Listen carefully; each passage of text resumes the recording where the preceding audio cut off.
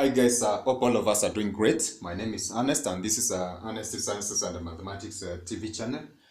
Today we are going to look at a specific aspect under the concept of radioactivity. And of course this is going to assist us understand various topics under the concept of radioactivity, especially concerning the mass, energy, and some aspect of the neutron-proton ratio that we have discussed.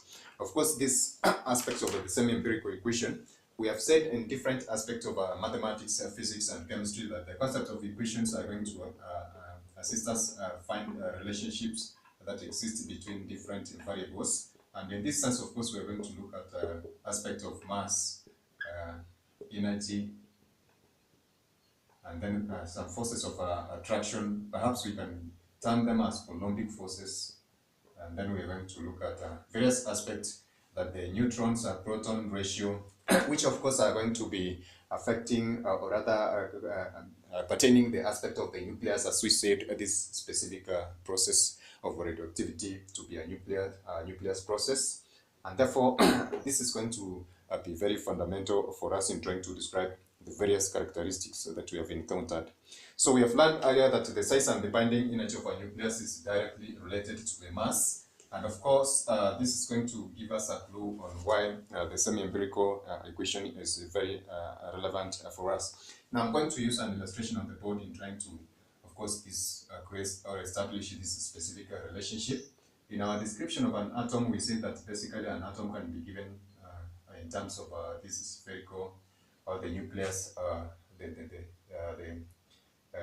of course, this planetary kind of aspect, whereby we have got the protons and the neutrons located at the center are given as such, where the electrons are going to be given as orbiting that particular system. So this, of course, the nucleus, that's correct.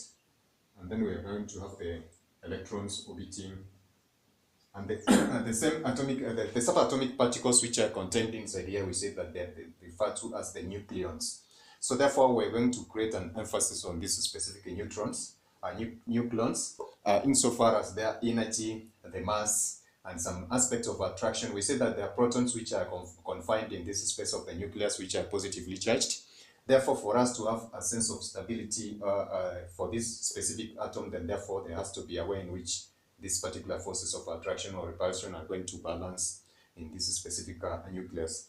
Therefore, the semi-empirical equation comes with a way in which we are going to relate these different aspects of attraction, the mass, and then the forces of attraction which are going to be experienced. And some areas, of course, of the ratios that we talked about that establish the stability of an atom, like the neutrons and the protons ratio that we talked about.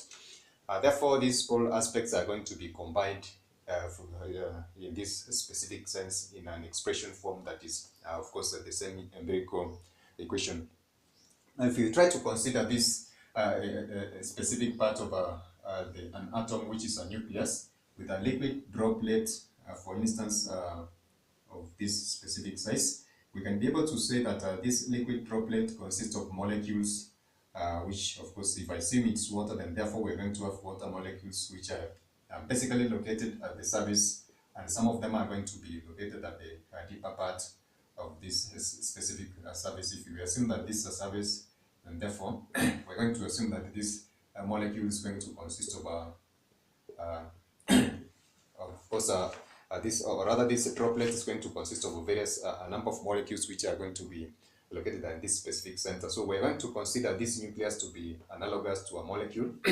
If we try to consider the forces of attraction, we are going to see that if this basically is the nucleus, then therefore it's going to be made up of protons which are positively charged, as we said. Therefore, these protons are going to experience the forces of repulsion in this specific nucleus. But if we try to consider for a molecule like this, and then we say at the center, and then we give another one, maybe located at this specific position, the level of interaction between this molecule at the center and its neighboring molecule is going to be different from this one that is located at the outer part of that spherical molecule. And therefore, we're going to consider the case of this neighboring molecule which are going to interact. And therefore, it's the difference between the forces of attraction and the ones which are experienced for the adjacent molecule, and the one that is further away, of course, are going to have an effect on the general stability of that specific nucleus. Therefore, in this case, the nuclear forces of attraction are going to be experienced within this adjacent molecule. For that specific case, we are going to consider this specific molecule at the center.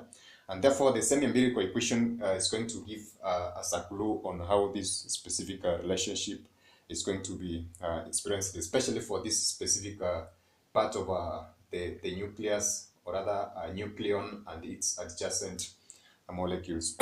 So therefore, we're going to have various terms which are going to be used in reference to this specific relationship.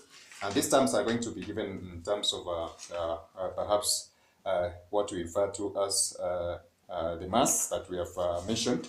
And of course, it's going to also entail the aspect of the proton-neutron ratio. You can just list them in this specific order. So the semi-empirical formula, or rather equation, is going to consider various aspects in order to give this specific relationship. So the first one I'm going to give is the mass and energy. So we expect that this equation is going to give us a relationship that is going to exist between the mass and the energy in this specific nucleus. And next, we are going to look at the proton, neutron. So these are the neutron-proton ratios, which are going to, of course, affect the stability of the nucleus. So therefore, this is going to give us a clue on what relationship exists between this specific ratio insofar as the binding energy is concerned.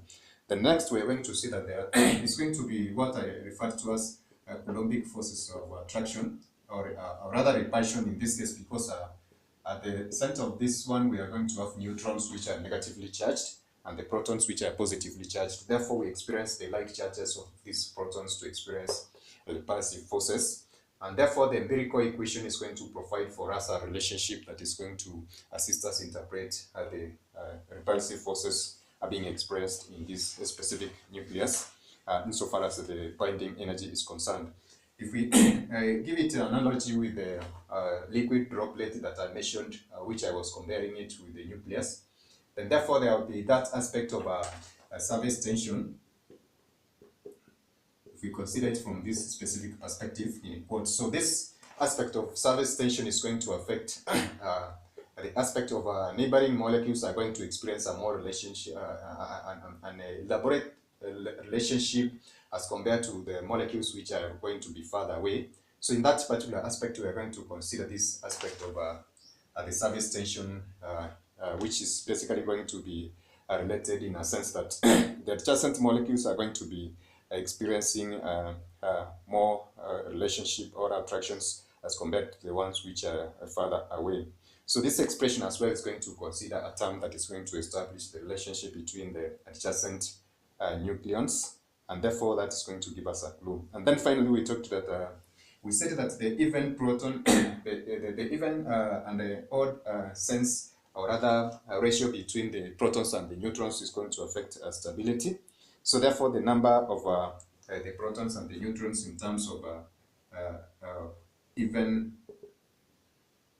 or odd, in that particular case, for the sake of a pairing, we talked about the concept of pairing. If we have an even set of nucleons, we're going to see that they are going to express a more sense of stability as compared to the even odd or odd even numbers respectively. So therefore, the empirical equation is also going to cater for this fifth aspect, apart from the mass, energy, proton-neutron ratio, Coulombic forces, the surface tension, or rather the adjacency of these specific nucleons, and then lastly, that aspect of the even-odd relationship that exists. So in this particular case, of course, I'm going to give this specific equation in terms of, or rather just an illustration of this specific equation. And we're going to look at various terms which have been used and classify them as either a term that is going to give elaborate on a sense in an mass-energy relationship, proton-neutron ratio, Coulombic surface tension, and even or odd. So on the board, I've given an expression that is going to, of course, give an equation, or rather, I've given an equation that is going to give the relationship between various aspects of what we have referred to as the total energy in terms of the mass and the energy. And then that's of course going to explain for us the concept of binding energy in terms of electron volts, as we have already discussed in it under the concept of binding energy. So I'm going to put that specific link in our description boxes. So this specific semi-empirical equation has got 2, 3, 4, 5 terms, and we can be able to see various aspects which have been given. So I'm going to elaborate on these specific forms. So the first one is going to be referred to as the volume term of this specific equation. And the second one is going to be what we refer to as a symmetry term. So this is a symmetry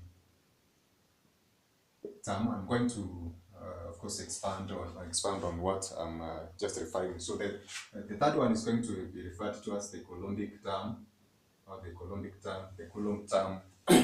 And then we're going to have what we refer to as the service term. And then lastly, we're going to see what we refer to as the pairing term.